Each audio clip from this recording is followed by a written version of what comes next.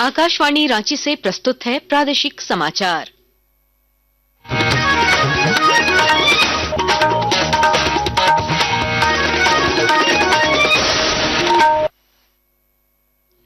नमस्कार, प्रादेशिक समाचारों के साथ मैं कामिनी। पहले मुख्य समाचार। झारखंड विधानसभा के बजट सत्र के दूसरे दिन की कार्यवाही शुरू होते ही विपक्ष के सदस्यों का वेल में हंगामा, प्रश्न पत्र लीक मामले की सीबीआई जांच की मांग। मैट्रिक के प्रश्न पत्र लीक मामले में कार्रवाई तेज, कोडरमा पुलिस ने गिरिडीह से 6 लोगों को किया गिरफ्तार। एनसीसी कैडेट और एनएसएस वॉलंटियर्स के लिए राजभवन में आयोजित हुआ एट होम कार्यक्रम।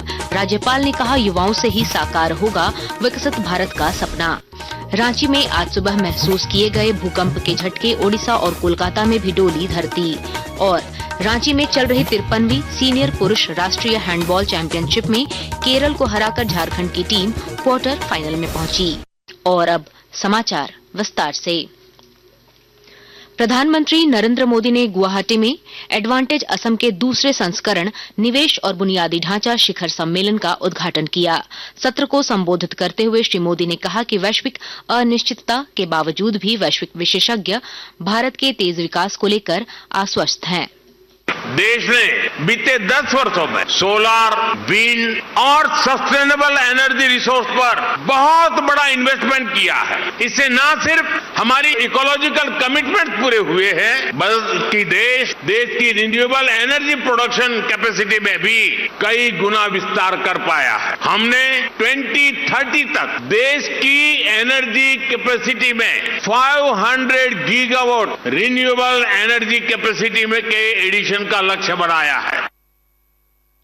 झारखंड विधानसभा के बजट सत्र का आज दूसरा दिन है। सदन की कार्यवाही 11:10 पर शुरू होते ही विपक्ष के विधायक सदन वेल में आ गए और हंगामा करने लगे। विपक्ष मैट्रिक परीक्षा पेपर लीक मामले की सीबीआई जांच कराने की मांग कर रहे थे। स्पीकर ने अनुरोध किया कि सदन की कार्यप्रणाली को पटरी में रहने दें। इसके बाद प्रश्नकाल शुरू हुआ।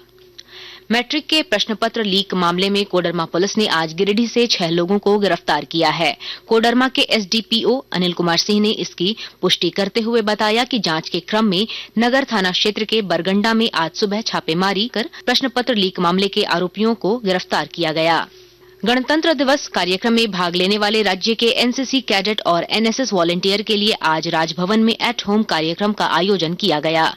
इस दौरान राज्यपाल संतोष कुमार गंगवार ने कहा कि प्रधानमंत्री नरेंद्र मोदी ने विकसित भारत का जो सपना देखा है, उसे देश के युवाओं को ही साकार करना है।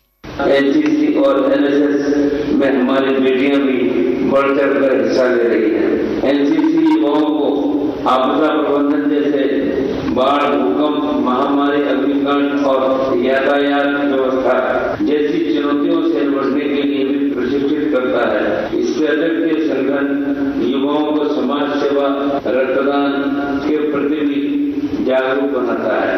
इस प्रकार एनसीसी एक जिम्मेदार और सशक्त नागरिक के निर्माण में महत्वपूर्ण भूमिका निभाता है।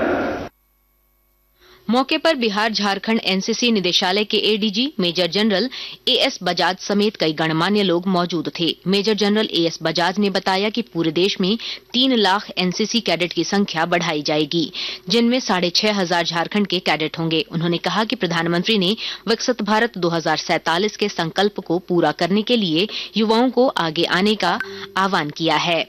गौरतलब है कि इस बार गणतंत्र दिवस समारोह में 38 एनसीसी कैडेट ने हिस्सा लिया था, जिनमें 11 महिला कैडेट शामिल थीं। 8 एनएसएस कार्यकर्ता भी गणतंत्र दिवस समारोह में हिस्सा लिया था। आज के कार्यक्रम के दौरान राज्यपाल ने सभी एनसीसी कैडेट और एनएसएस वॉलंटियर को सम्मानित किया। आकाशवाणी के ताजा तरीन समाचारों के लिए आप हमारी वेबसाइट newsonair.gov.in पर लॉग ऑन कर सकते हैं। ताजा समाचार X handle @AIR news alerts और Facebook page all India radio news पर भी उपलब्ध है। आप प्रादेशिक समाचार एकांश के X handle @AIR news _Ranchi और Facebook page Akashvani news Ranchi, Instagram page तथा YouTube channel AIR news Ranchi पर भी हमारे बुलेटिन सुन सकते हैं। प्रादेशिक समाचार आप आकाशवाणी रांची से सुन रहे हैं। राजधानी रांची समेत राज्य भर में महाशिवरात्रि की तैयारी जोरों पर है। उधर बाबा नगरी देवघर में आज पंचशूलों की विशेष पूजा अर्चना की गई और उन्हें पुनः मंदिरों के शिखर पर लगाया गया। पुरोहित बाबा झा ने बताया कि पंचशूलों को मंदिरों के शिखर पर स्थापित करने से पहले विधि विधान से पूजा अर्चना की गई। शिवरात्रि के 2 दिन पहले बाबा बैद्यनाथ जी और अन्य सभी मंदिरों का पंचशूल उतारा जाता है। उसके अगले दिन विधिवत यहाँ के सरदार पंडित जी जो महंत श्री गुलाबनंद ओझा जी द्वारा यह पूजा संपन्न होती है और फिर पूजा उपरांत सभी मंदिरों में पुनः पंचशूल की स्थापना होती है। उसके बाद पहला गठबंधन हमारे सरदार पंडित जी के द्वारा चढ़ाया जाता है। उसके बाद ही बाबा बैद्यनाथ मंदिर के सालों भर की पूजा परंपरा चलती है। इस बीच आज जिले के उपायुक्त विशाल सागर ने अन्य पदाधिकारियों और शिवरात्रि महोत्सव समिति के सदस्यों के साथ मुख्य कार्यक्रम स्थल और रूट लाइन का जायजा लिया।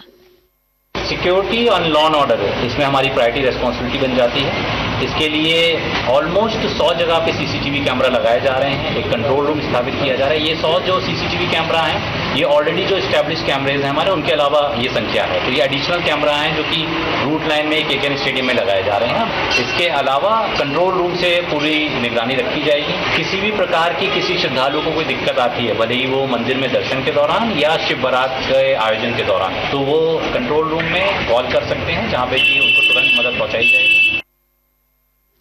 उधर कोडरमा के ध्वजाधारी आश्रम में कल से शुरू होने वाले शिवरात्रि महोत्सव को लेकर तैयारियां अंतिम चरण में हैं। 26 फरवरी को सुबह 10 बजे महोत्सव का उद्घाटन महामंडलेश्वर सुखदेव दास जी महाराज के द्वारा किया जाएगा।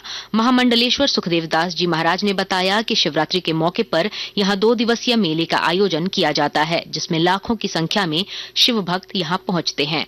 शिवरात्रि के साथ में बहुत बड़ी आस्था है समाज का, सनातन धर्म का। शिवरात्रि शिव का रात्रि है और हमारे सारे देवताओं से महान देवता बाबा शिव है। इस सारे संकट का, सभी काल का, सभी विष का कंठ में रखे हैं, इसीलिए पढ़ा है नीलकंठ महादेव। भगवान शिव का जो आराधना करते हैं सारे कल्पना पूरी होती है।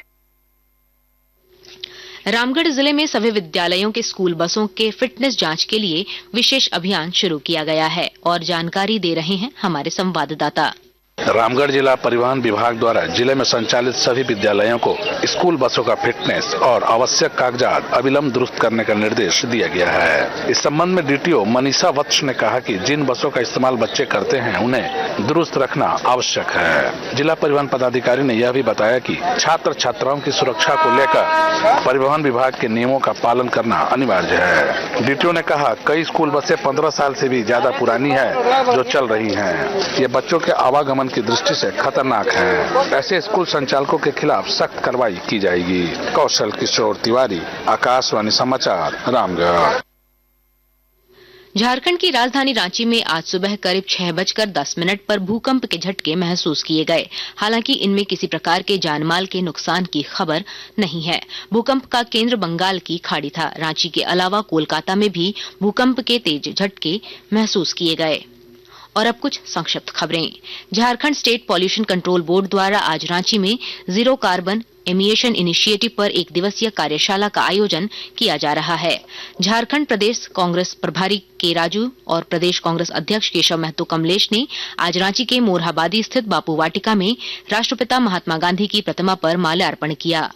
लिंक रेक के विलंब से चलने की वजह से ट्रेन संख्या 18624 हटिया इस्लामपुर एक्सप्रेस आज अपने निर्धारित समय शाम 7:10 की जगह रात 10:40 पर प्रस्थान करेगी। रांची के होटवार स्थित हरिवंश टाना भगत इंडोर स्टेडियम में आयोजित 53वीं सीनियर पुरुष राष्ट्रीय हैंडबॉल चैंपियनशिप में केरल को हराकर झारखंड की टीम क्वार्टर फाइनल में पहुंच गई है। झारखंड ने केरल को 25-10 से पराजित किया।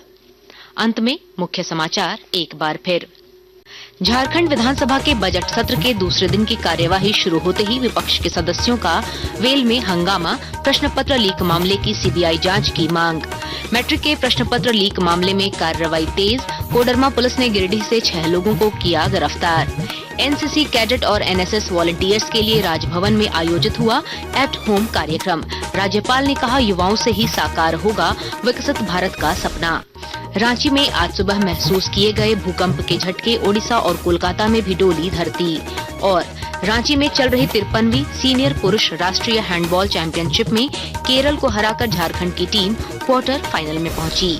इसके साथ ही आकाशवाणी रांची से प्रादेशिक समाचार का ये बुलेटिन समाप्त हुआ। अगला प्रादेशिक समाचार बुलेटिन दोपहर 2:55 पर प्रसारित किया जाएगा। नमस्कार।